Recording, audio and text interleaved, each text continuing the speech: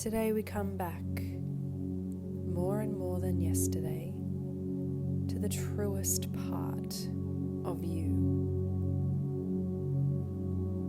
We close your eyes and put a hand on your heart and ask yourself, what would I choose today if I trusted my true nature?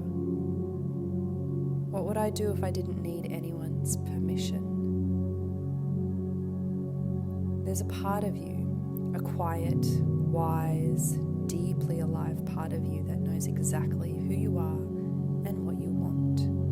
She's not gone. She's just been waiting for you to listen. Breathe into her.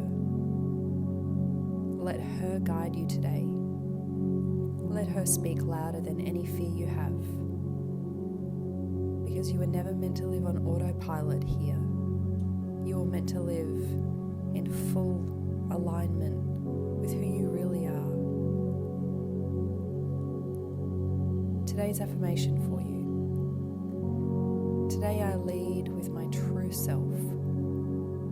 I make decisions from the highest version of myself, and I honor the woman I came here to be.